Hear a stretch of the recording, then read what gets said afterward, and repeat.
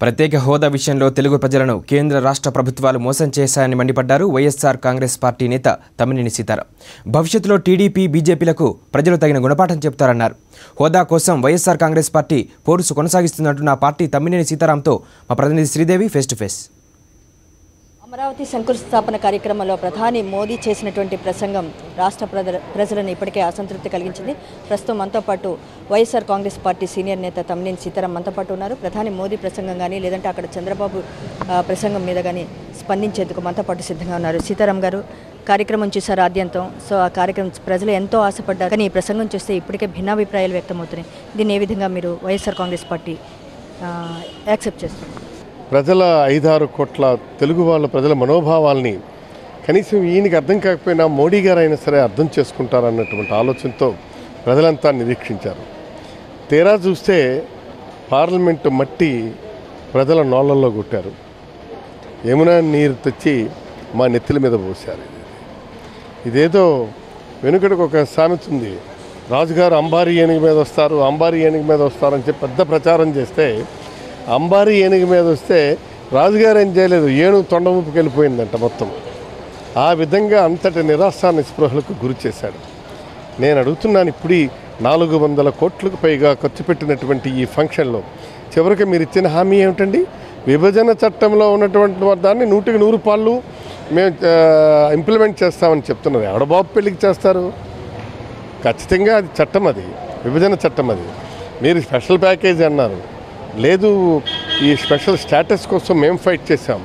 మీరు ఆ ప్యాకేజీ లేదు, స్టేటస్ లేదు, రెండూ లేకుండా ఈనాడు మీరు చేసినటువంటి పనికి చాలా బాధాకరంగా ఉంది. ఖచ్చితంగా ఇది తెలుగు ప్రజలు ఇంతకింతగా ప్రతీకారం తీర్చుకుంటాం మేము. ఇది ఇవాళ చంద్రబాబు నాయుడు, వెంకయ్య నాయుడు, మోడీ గారు వీళ్ళిద్దరు కలిపి వీళ్ళ ముగ్గురు కలిపి చేసినటువంటి it is just nothing but a conspiracy. ఈయన చంద్రబాబు నాయుడు గారు ఈ అమరావతి పట్టణ నిర్మాణం పేరుతో ప్రజల్ని అందంగా మోసం చేసే ప్రయత్నం చేస్తున్నారు.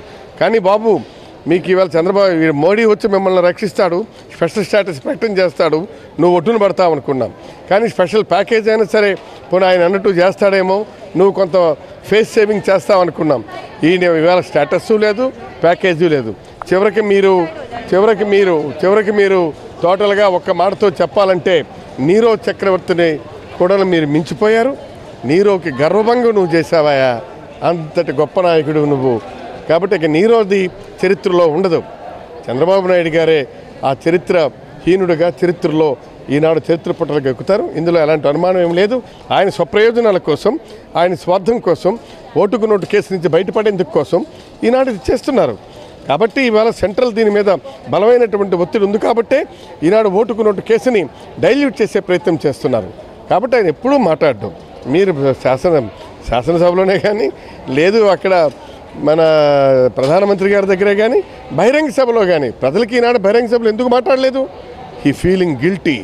ఆయనకి తెలుసు నేనేమీ మాట్లాడలేకపోతున్నానని, కనుక మాట్లాడలేకపోయాడు. ఆయన ఎప్పుడూ మాట్లాడు. ఖచ్చితంగా ఆయన స్వార్థం కోసమే మొత్తం ఆయన ప్రయత్నాలు చేసుకుంటారు తప్ప ఇవాళ ఇదేం కాదు. ఖచ్చితంగా దీనికి తెలుగు ప్రజలు రివెంజ్ తీర్చుకుంటాం. మేము సీనియర్స్ అంతా కూడా కలుస్తున్నాం జగన్మోహన్ రెడ్డి గారితో, అలాగే మిగిలినటువంటి మేధావులతో కూడా కనుక్కుంటాం, ప్రజా సంఘాలతో కూడా సమావేశం అవుతున్నాం. దీని మీద సీరియస్ టేకఫ్ ఉంటుంది. ప్రజలు ఇప్పటికే తీవ్ర ఆగ్రహంతో ఉన్నారు. ఖచ్చితంగా మూల్యం చెల్లించుకునే పరిస్థితి ఏర్పడే అవకాశాలు ఉన్నాయి. ఖచ్చితంగా తమ పార్టీ యొక్క సీనియర్ నేతలు అలాగే మేధావులతో సంప్రదించి ఒక భవిష్యత్ కార్యాచరణ రూపొందించే అవకాశం ఉందని చెప్పి తమ్మినేని సీతారాం అభిప్రాయపడుతున్నారు. వీడియో జర్నలిస్ట్ సుధాకర్తో శ్రీదేవి, సాక్షి టీవీ, విశాఖపట్నం.